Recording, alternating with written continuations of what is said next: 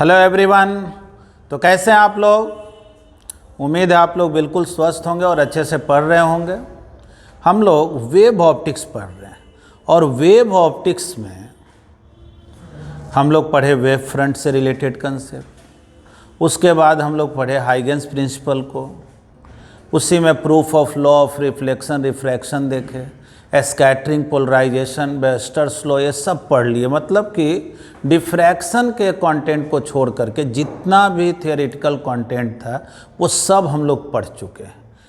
जाहिर है ये टॉपिक जो है थियोरेटिकल पॉइंट ऑफ व्यू से बहुत बड़ा नहीं है, लेकिन जो टाइप्स ऑफ प्रॉब्लम है वो बहुत मायने रखता है। बस इतना जानेंगे कि आपका चाहे वो 12th का एग्ज़ाम हो या कम्पिटिटिव एग्ज़ाम हो, ये गारंटी है कि इससे जो है लगभग 2 क्वेश्चन आना ही आना है और 2 क्वेश्चन बहुत मायने रखता है। और एक बात तो आपको और बता दे रहे हैं कि जितने भी टाइप आपको सिखा देंगे उतना टाइप आप सीख जाएंगे तो ये गारंटी है कि चाहे वो कोई भी आपका एग्ज़ाम हो क्वेश्चन पकड़ में आ ही जाएगा। ये कोई दिक्कत आपको होने वाला नहीं। तो इसलिए अब हम लोग आते हैं टाइप्स ऑफ प्रॉब्लम्स पे, है ना। प्रॉब्लम्स पे आते हैं, ध्यान से देखो। सबसे पहले ये जाने कि अगर किसी पॉइंट पर 2 वेव पहुंचा और वहां अगर मुझे पता करना हो कि दोनों वेव मिल करके रिजल्टेंट इंटेंसिटी कितना प्रोड्यूस करेगा, तो इसको कैसे पता करें? ठीक, यानी हेडिंग दे दे रहे हैं टू फाइंड रिजल्टेंट इंटेंसिटी।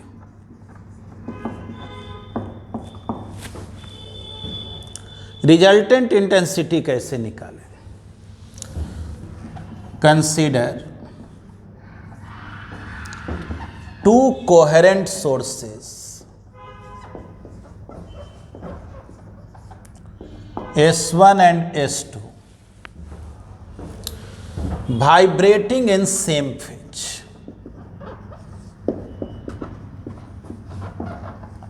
ठीक ना। मतलब ये समझिए कि ऐसा ये 2 सोर्स है जो एक ही वेव फ्रंट के 2 पॉइंट है। कारण कि आप पढ़े हुए एक वेव फ्रंट पे 2 पॉइंट लेंगे तो दोनों सेम फेज में वाइब्रेट करता है, तो वाइब्रेटिंग इन सेम फेज यहाँ मेंशन कर दिए। सपोज कीजिए एक सोर्स S1 और दूसरा सोर्स S2, दोनों से लाइट ओरिजिनेट करके इस P पॉइंट पर पहुंचा। ठीक ना, इस P पॉइंट पर पहुंचा।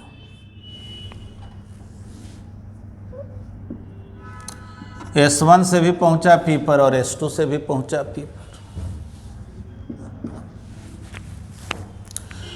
मान लीजिए S1 जो लाइट को प्रोड्यूस कर रहा है उसका इंटेंसिटी I1 है और S2 से जो लाइट प्रोड्यूस हो रहा है उसका इंटेंसिटी I2 है। और ये जानेंगे इंटेंसिटी जो होता है ना वो एम्पलीट्यूड पे डिपेंड करता है, एम्पलीट्यूड के स्क्वायर के डायरेक्टली प्रोपोर्शनल होता है। पहले भी हम लोग पढ़ चुके हैं। तो मान लीजिए S1 से जो लाइट ओरिजिनेट हो रहा है इसका एम्पलीट्यूड A1 और इसका एम्पलीट्यूड A2। ठीक ना, A1 हो गया एम्पलीट्यूड और I1 हो गया इंटेंसिटी। ठीक ना, intensity for source S1। A2 हो गया एम्पलीट्यूड और I2 हो गया इंटेंसिटी फॉर सोर्स S2। ठीक है, मुझे तो पता करना है कि इस P पॉइंट पर रिजल्टेंट इंटेंसिटी कितना होगा। ठीक है, इतना तो आप बोल ही सकते हैं कि I1 जो है वो डायरेक्टली प्रोपोर्शनल है A1 के स्क्वायर के। इंटेंसिटी एम्पलीट्यूड के स्क्वायर के प्रोपोर्शनल होता है। जहाँ इलेक्ट्रोमैग्नेटिक वेव पढ़ाए हैं वहाँ भी देखिएगा, सिखाए थे कि इंटेंसिटी जो है इलेक्ट्रिक फील्ड के एम्पलीट्यूड के स्क्वायर के प्रोपोर्शनल होते हैं, या मैग्नेटिक फील्ड के भी टर्म में देखिएगा, क्योंकि लाइट जो है ना वो इलेक्ट्रोमैग्नेटिक वेव है, और उसमें अगर एम्पलीट्यूड का बात किया जाता है तो साउंड वेव जैसा एम्पलीट्यूड का बात नहीं किया जाता है। एयर पार्टिकल उसमें इलेक्ट्रिक फील्ड और मैग्नेटिक फील्ड वाइब्रेट करता है। हालांकि आप साउंड वेव का भी बात करेंगे ना इंटेंसिटी का, तो उसमें भी ये हूबहू वैलिड है। साउंड वेव में भले वो एयर पार्टिकल का या मीडियम के पार्टिकल का एम्पलीट्यूड होता है, लेकिन उसमें भी ये कंसेप्ट पूरी तरह से वैलिड है कि intensity is directly proportional to the square of amplitude. ठीक है, तो I1 इज प्रोपोर्शनलिटी साइन को हटा करके हम लोग कांस्टेंट दे दिए K1 स्क्वायर, और इसके लिए लिखे I2 proportional to A2 square, तो K_A2 स्क्वायर। चलो भाई, I1 और I2 को एम्पलीट्यूड के टर्म में लिख दिए। अब मुझे यहाँ रिजल्टेंट इंटेंसिटी चाहिए, यानी रिजल्टेंट एम्पलीट्यूड चाहिए, और रिजल्टेंट एम्पलीट्यूड का फॉर्मूला आप जानते हैं, √A1 square plus A2 square plus 2A1 A2 cos delta. Delta मतलब फेज डिफरेंस, यानी यहाँ फेज डिफरेंस क्या होगा ये पता करना है। तो फेज डिफरेंस निकालने के लिए पार्ट डिफरेंस का जरूरत पड़ता है। तो पार्ट डिफरेंस क्या होगा, तो बोलेंगे देखो ये वाला पाथ ज़्यादा है, ये वाला कम है। मान लो अगर ये 5 मीटर है, ये 3 मीटर है, तो पार्ट डिफरेंस 2 मीटर हो गया। मतलब कि S2P माइनस S1P ये पार्ट डिफरेंस हो गया। तो फेज डिफरेंस क्या होगा, तो देखो ऐसे बोलेंगे S2P माइनस S1P ये हो गया पाथ डिफरेंस। तो पूछा जाए कि तो फेज डिफरेंस क्या होगा, phase difference at P, phase difference को डेल्टा से डिनोट करते हैं। चलिए यहाँ पे लिख दे रहे हैं, तो बोलेंगे क्या 2π/λ इंटू पाथ डिफरेंस, और जाहिर है पाथ डिफरेंस का मतलब हो गया S2P माइनस S1P। ठीक है, यानी समझो मुझे फेज डिफरेंस तो मालूम है, तो रिजल्टेंट एम्पलीट्यूड क्या होगा, यानी कि एम्पलीट्यूड ऑफ ठीक ना, amplitude of resultant wave eight P point पर एम्पलीट्यूड अगर देखें तो बोलो तो एम्पलीट्यूड क्या हो जाएगा, बोलेंगे A1 square A2 square 2A1 A2 cos delta, है ना। ये रिजल्टेंट एम्पलीट्यूड हो गया, ये तो हम लोग समझे, लेकिन हमको तो रिजल्टेंट इंटेंसिटी निकालना है। तो बोलेंगे ठीक है भाई, रिजल्टेंट इंटेंसिटी का अगर बात किया जाए तो resultant intensity is directly proportional to the amplitude of result, directly proportional to the square of amplitude of resultant wave, क्योंकि इंटेंसिटी तो एम्पलीट्यूड के स्क्वायर का डायरेक्टली प्रोपोर्शनल होता है। तो रिजल्टेंट वेव का एम्पलीट्यूड अगर ये है तो A स्क्वायर के प्रोपोर्शनल। अब अगर हम लोग इस प्रोपोर्शनलिटी साइन को हटा दें K इंटू A स्क्वायर, देख लो K इंटू A स्क्वायर, और A का वैल्यू क्या है मालूम है ना, तो रूट हट गया। तो बतलाओ तो ये रिजल्टेंट इंटेंसिटी बचा क्या, K A स्क्वायर, तो रूट हट गया A1 square plus A2 square 2A1 A2 cos delta.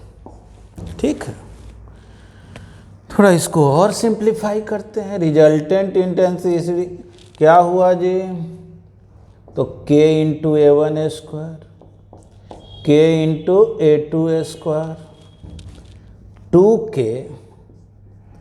A1 A2 cos delta, है ना। अब जो है K इंटू A1 स्क्वायर, किसके इक्वल I1 के, k इंटू A2 स्क्वायर किसके इक्वल I2 के।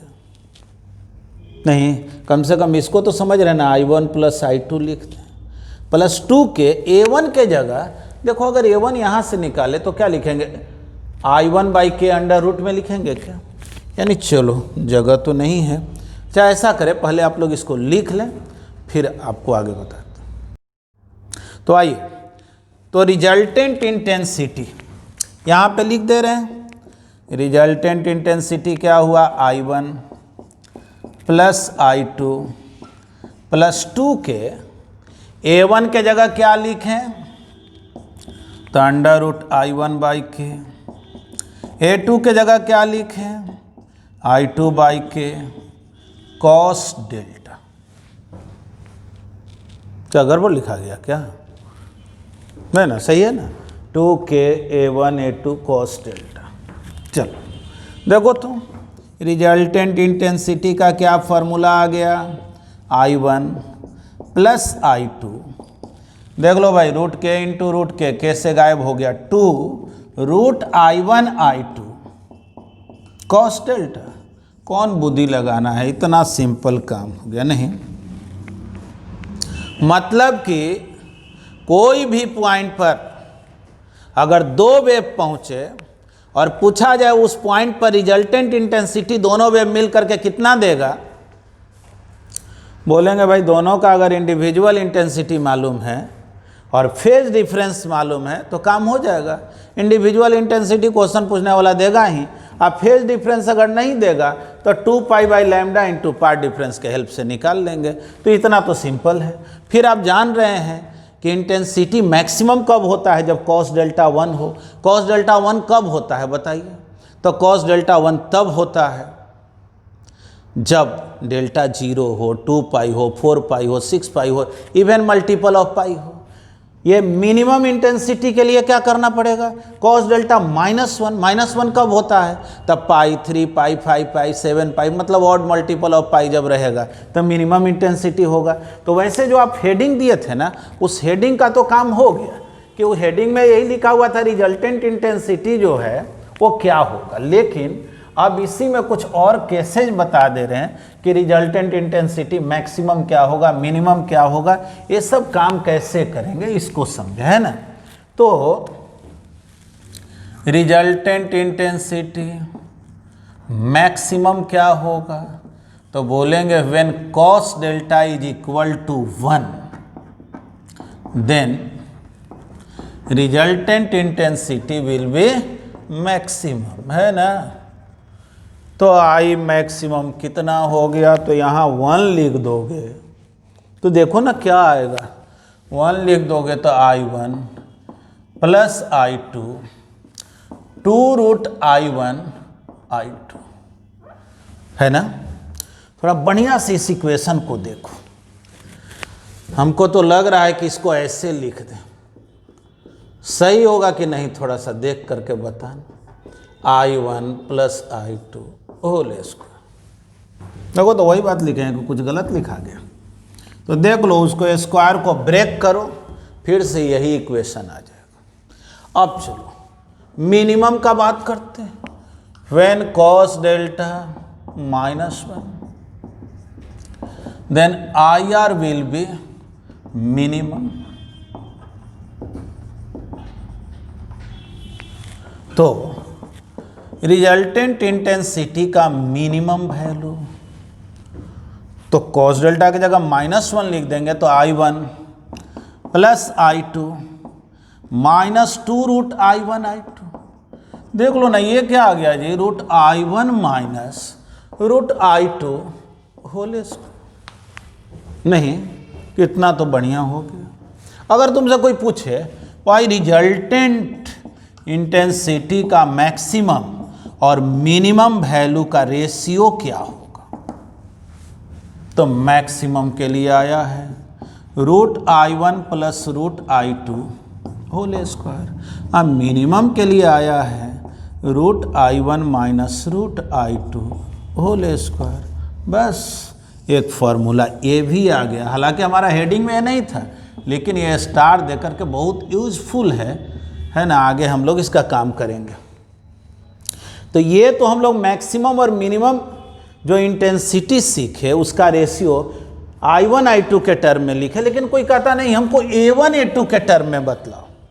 तो एक चीज जानो, एम्पलीट्यूड, रिजल्टेंट एम्पलीट्यूड जो होता है, अभी पढ़े हो ना, रिजल्टेंट एम्पलीट्यूड क्या होता है, A1 square plus A2 square 2A1 A2 cos delta. और जब कॉस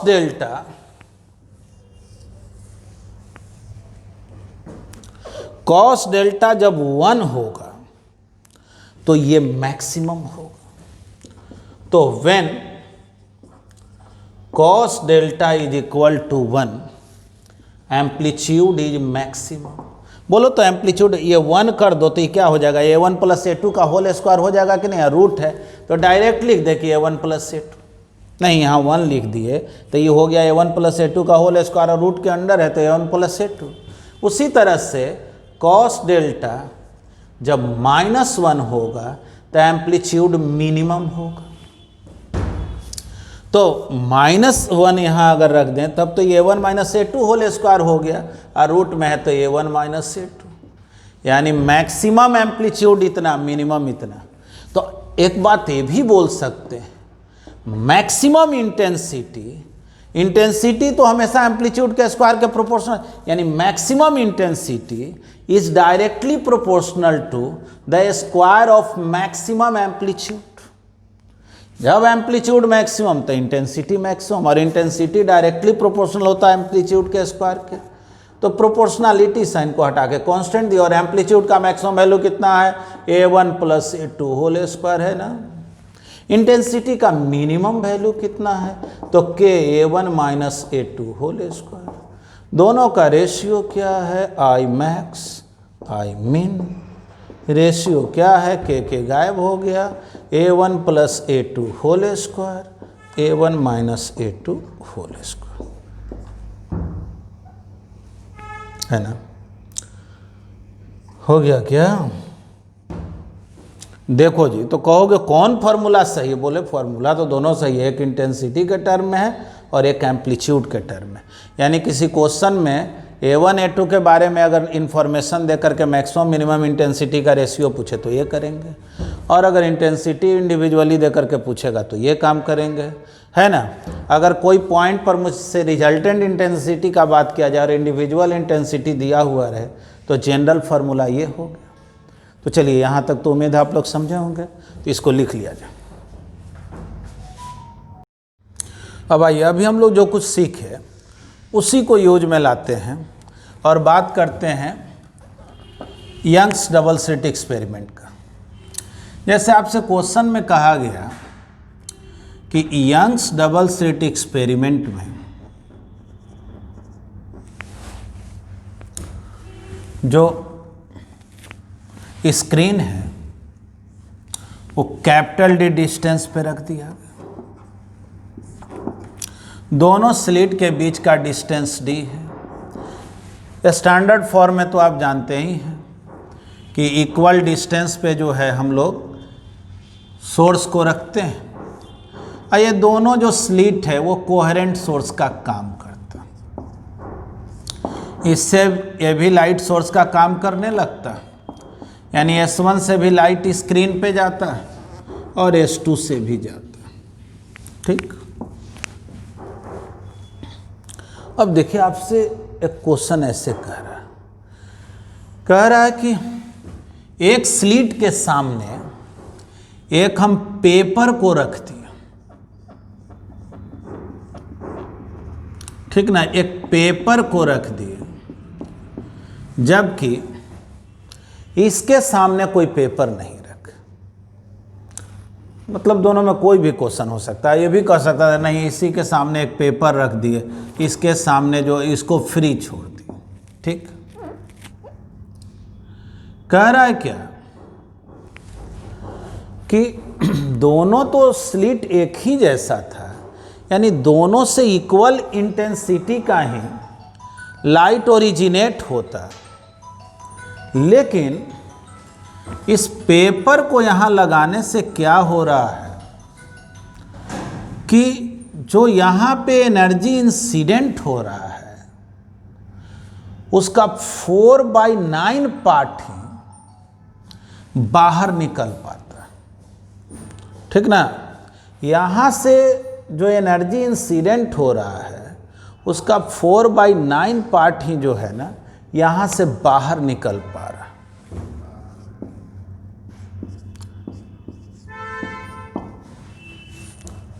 मतलब इसका इंटेंसिटी आई है तो यहां से जो लाइट निकला वो 4/9 आई हुआ और यहां से जो लाइट निकला उसका इंटेंसिटी आई,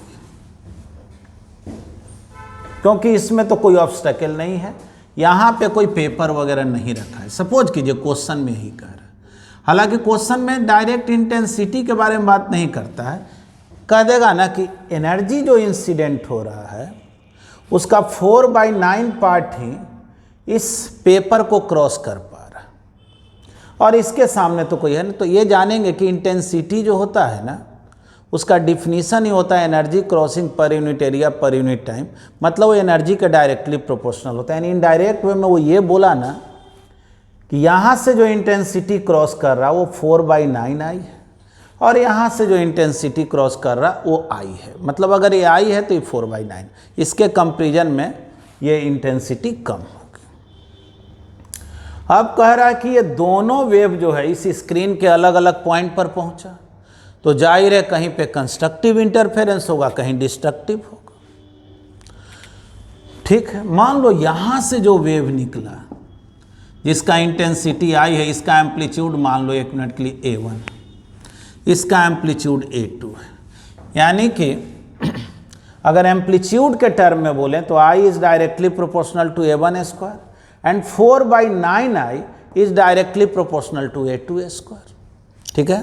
तो देखो हम लोग ऐसे बोल सकते हैं कि I proportional to A1 square यानी I is equal to K into A1 square और 4/9I proportional to A2 square यानी K इंटू A2 स्क्वायर। ऐसे हम लोग काम कर सकते हैं, ठीक।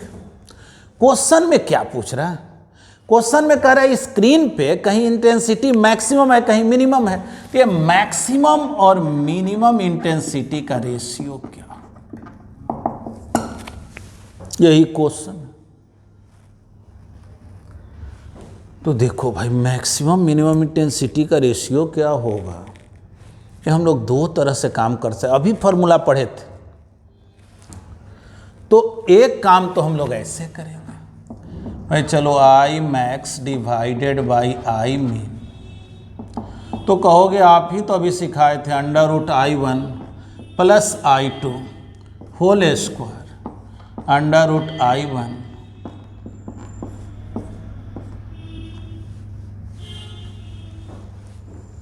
है ना, हम लोग पढ़े थे। अब देखो जी √I1 तो I है और I2 क्या है 4/9 है,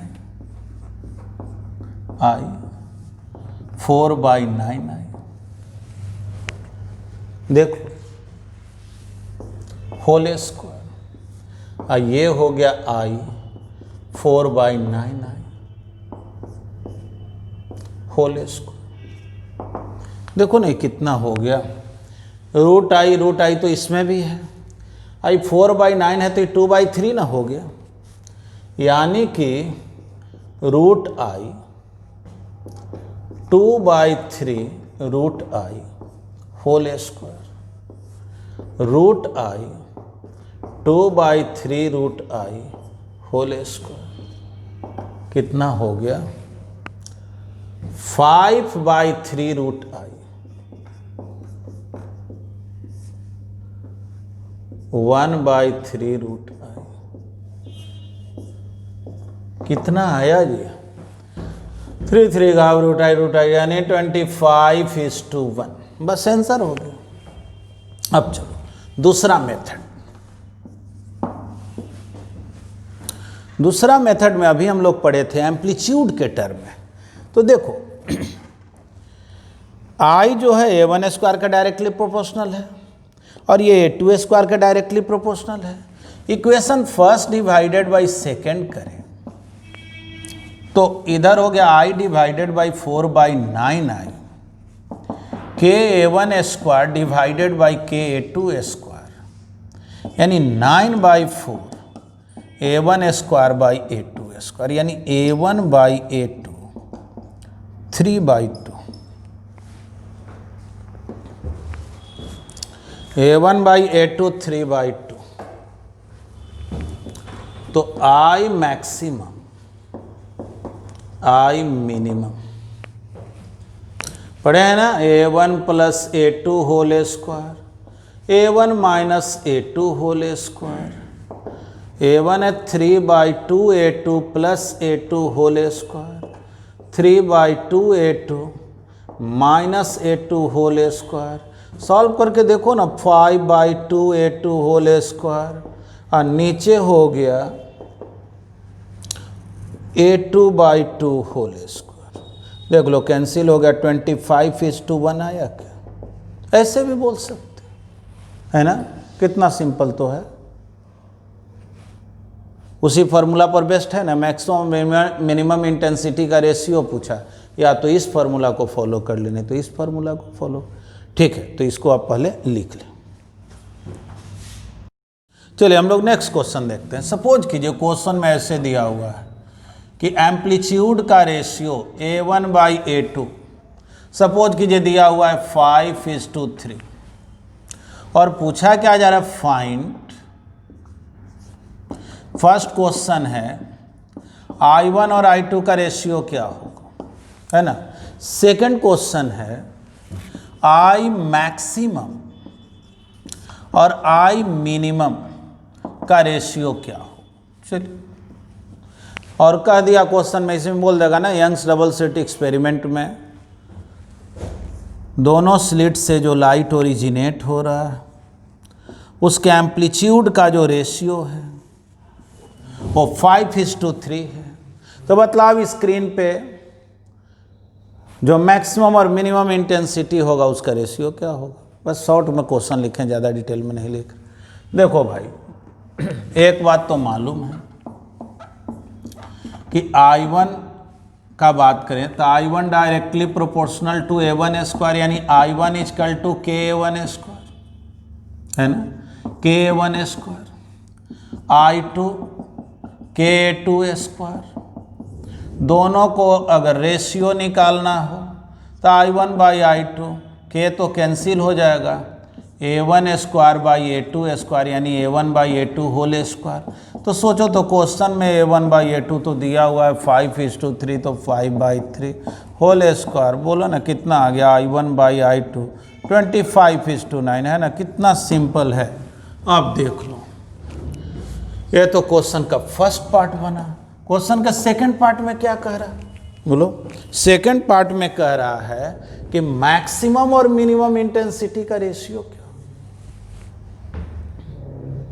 मैक्सिमम और मिनिमम इंटेंसिटी का रेशियो क्या होगा, तो बोलेंगे कि मैक्सिमम का बात हो तो KA1 plus A2 whole square, minimum का बात हो KA1 minus A2 whole square. और जान ही रहे K का तो जरूरत, यानी A1 plus A2 whole square by A1 minus A2 whole square, है ना, कितना आसान है।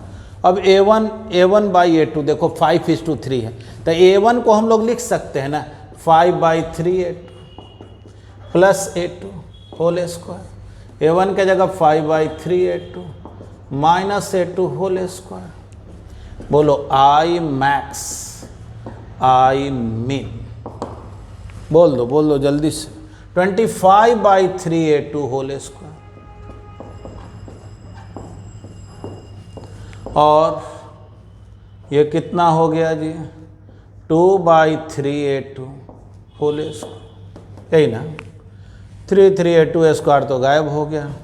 आंसर बोल दो भाई, क्या हो गया, I मैक्स I मिन कितना, 25 का स्क्वायर कर लो तो 25 का स्क्वायर कितना आ गया, तो 625 हो गया, 2 का स्क्वायर 4 हो गया। लेकिन थोड़ा सा चेक करो तो यहाँ पे गड़बड़ हो गया क्या जी, 5 + 3 8a2 ना हो गया। चलो जी गलत लिखा गया, 8a2/3 होल स्क्वायर और ये हो गया 2। ठीक है चलो हो गया, और क्या। 8 का स्क्वायर क्या 64 और 2 का स्क्वायर 4। देखो तो 16:1 हो गया। यही मैक्सिमम और मिनिमम इंटेंसिटी का रेशियो। तो ये भी एकदम आसान है।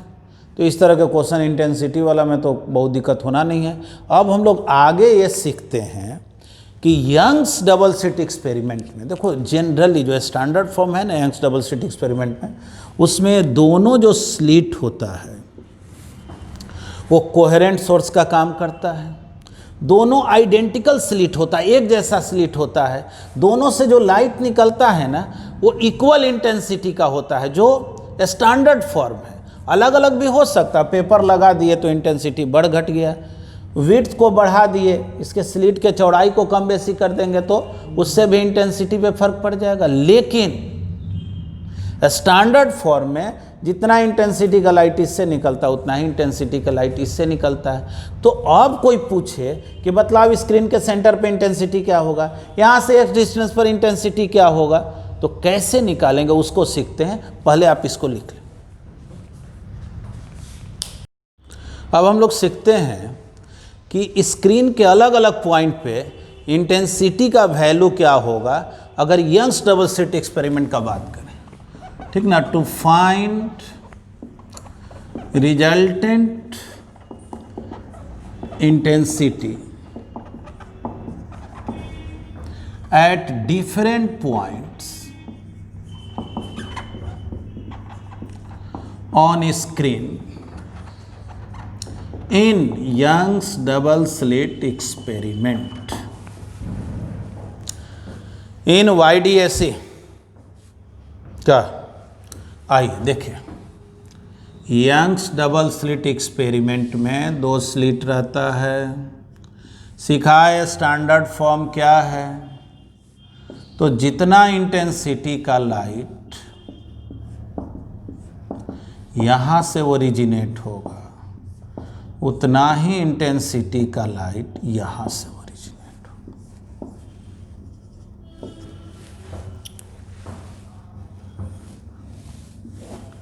ये स्क्रीन का सेंटर है,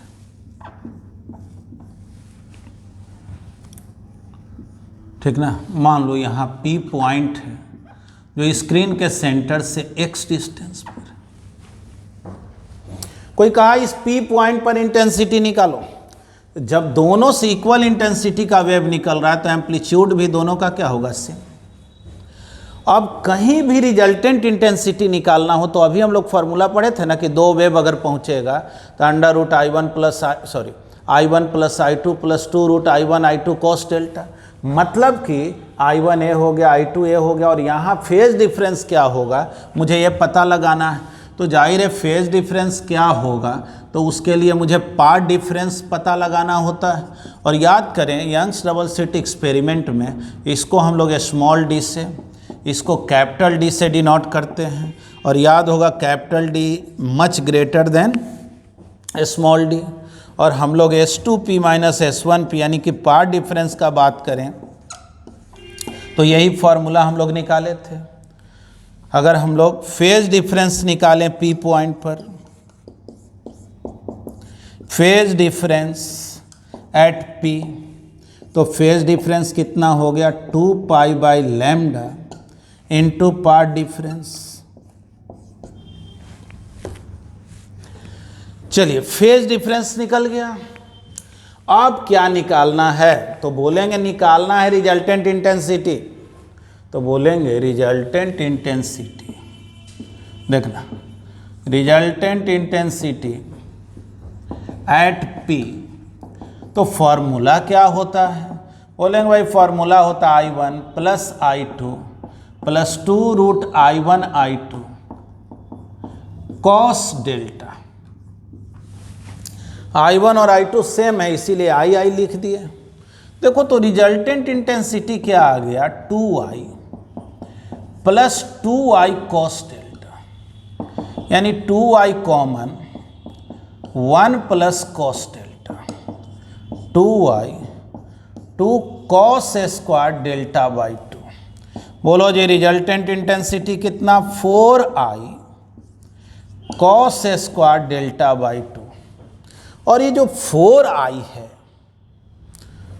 4i, ठीक है, इतना तो समझे ना कि इसके या इसके इंटेंसिटी का 4 टाइम्स हो गया। लेकिन अगर कोई ये पूछे कि स्क्रीन के सेंटर पर इंटेंसिटी क्या होगा, तो बोलेंगे देखो ये जनरल फार्मूला आ गया, डेल्टा का वैल्यू यहाँ लिखा हुआ है, अब एक्स का वैल्यू पुट करते जाओ बनते जाएगा। यानी देखो इसी फार्मूला को हम लोग ऐसे लिख लेंगे, 4i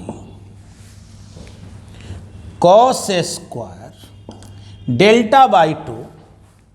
तो देखो तो डेल्टा यही ना है, बाई 2 करोगे तो 2 तो इसका गायब हो जाएगा, बचेगा क्या, pi x D divided by lambda D. बस ये फॉर्मूला आ गया भाई, एक्स का वैल्यू पुट करते जाओ इंटेंसिटी मिलते जाएगा, है ना। अब कोई कहेगा at the centre of screen, तो at the centre of screen तो एक्स 0 हो गया, ठीक ना। At the centre of screen, screen के सेंटर पर तो बोलेंगे एक्स इज 0। तो बोलो रिजल्टेंट इंटेंसिटी कितना, तो बोलेंगे एक्स के जगह 0 रखोगे cos 0 1, रिजल्टेंट इंटेंसिटी आ गया 4i, जिसको हम लोग आई नॉट से जनरली डिनोट करते हैं। यानी कि थोड़ा देखो ना कितना विचित्र रिजल्ट है, इसका इंटेंसिटी आई, इसका आई, और दोनों मिलकर कितना इंटेंसिटी, तो 4i, आई नॉट हो गया 4i, है ना। अब अगर आई नॉट के टर्म में हम लोग इस फॉर्मूला को लिखें, तो आप यंग्स डबल स्लिट एक्सपेरिमेंट में रिजल्टेंट इंटेंसिटी का जनरल फॉर्मूला लिख सकते हैं। इन जनरल 4i के जगह लिख दिए आई नॉट। देखो कॉस स्क्वायर डेल्टा बाई 2 लिखो, चाहे एक्स के टर्म में लिखना है तो cos square pi x D lambda D, बस हो गया। और यही फॉर्मूला आ गया जी। नहीं, अब कहीं का इंटेंसिटी पूछे, बोलो यहाँ इंटेंसिटी क्या होगा, बोलेंगे एक्स का वैल्यू क्या है रख दो। कोई पूछे ये आई नॉट मतलब, तो बोलेंगे आई नॉट मतलब 4i, intensity at the centre of screen. अब चलो मान लो एक मिनट के लिए क्वेश्चन में कोई कह दिया कि यंग्स डबल स्लिट एक्सपेरिमेंट में बतलाओ कम से कम कितना डिस्टेंस ऊपर जाए जिससे कि हमको स्क्रीन के सेंटर पे जो इंटेंसिटी है ना उसका हाफ हो जाए, ठीक ना। At what distance above the centre of screen intensity becomes half of the intensity at the center of screen, है ना। एट वाट मिनिमम, यहाँ वर्ड एक जोड़ दे रहे हैं, at what minimum distance above the centre of screen intensity becomes half of the intensity at the centre of screen. Screen के center पे जितना इंटेंसिटी उसका हाफ। तो देखो जी तुम्हारे पास तो फॉर्मूला ऑलरेडी पहले से है, I R is equal to I naught cos square pi x D by lambda d. Question कह रहा रिजल्टेंट इंटेंसिटी हाफ होना चाहिए, यानी कि आई नॉट बाई 2 होना चाहिए। तो cos square pi x D by lambda D, है ना। देखो ना cos pi x D by lambda D, ये 1/√2 हो गया क्या? क्या कुछ गड़बड़ लिख दिया क्या? नहीं, स्क्वायर है ना, 1/√2 लिख दिया। ये बतलाओ ना कॉस का वैल्यू 1/√2 कब होता है? तो होता तो बहुत बार है, लेकिन सबसे पहले कब होता है? 45 डिग्री पे, π/4 पे, यानी कि cos pi x D by lambda D इधर हो गया कॉस π/4, यानी pi x D by lambda D π/4। Pi pi गायब हो गया, एक्स क्या हो गया जी, लैम्डा डी बाई 4d। देख लो, कुछ अगर याद आ रहा हो तो हम लोग ये पढ़े थे कि स्क्रीन के सेंटर पे सबसे ज़्यादा मैक्सिमम इंटेंसिटी, कंस्ट्रक्टिव इंटरफेरेंस होता है, मैक्सिमम इंटेंसिटी होता है। अब फिर अगला मैक्सिमम मिलता है लैम्डा डी बाई डी पर मिलता था, लैम्डा डी बाई डी पर अगला मैक्सिमम, और दोनों के बीच में ठीक मिनिमा मिलता था, यानी लैम्डा डी बाई 2d पर। लेकिन लैम्डा डी बाई 4d आया है, तो लैम्डा डी बाई 4d मतलब यहाँ, यानी देख लो ये जो मिनिमा बनता था ना, ये जो मैक्सिमा बना, वो दोनों के ठीक बीच में इंटेंसिटी हाफ हो जाता है, ठीक ना। यहाँ मैक्सिमा है, यहाँ भी मैक्सिमा है, दोनों के ठीक बीच में मिनिमा बनता है। अब मिनिमा और मैक्सिमा के ठीक बीच में कौन पॉइंट आया, तो ऐसा पॉइंट आया जहाँ इंटेंसिटी P पर अगर I0 है तो यहाँ पर इंटेंसिटी I0 बाई 2 हो गया। तो उम्मीद है इसको आप लोग समझे होंगे। तो देखिए इंटेंसिटी से रिलेटेड कंसेप्ट आपको सिखा दिए, और इससे रिलेटेड अब प्रॉब्लम बनाएंगे ना, एकदम आराम से सब बनते जाएगा। ठीक है, हम होमवर्क आपको देंगे, लेकिन अभी कोई होमवर्क नहीं दे रहे, आप इसको केवल रिवाइज करके रखेंगे, थियोरेटिकल कंटेंट को याद रखेंगे। अगले क्लास में हम बहुत सारा कंसेप्ट सिखाएंगे। आज के क्लास में इतना ही सिखाते हैं। थैंक यू, धन्यवाद।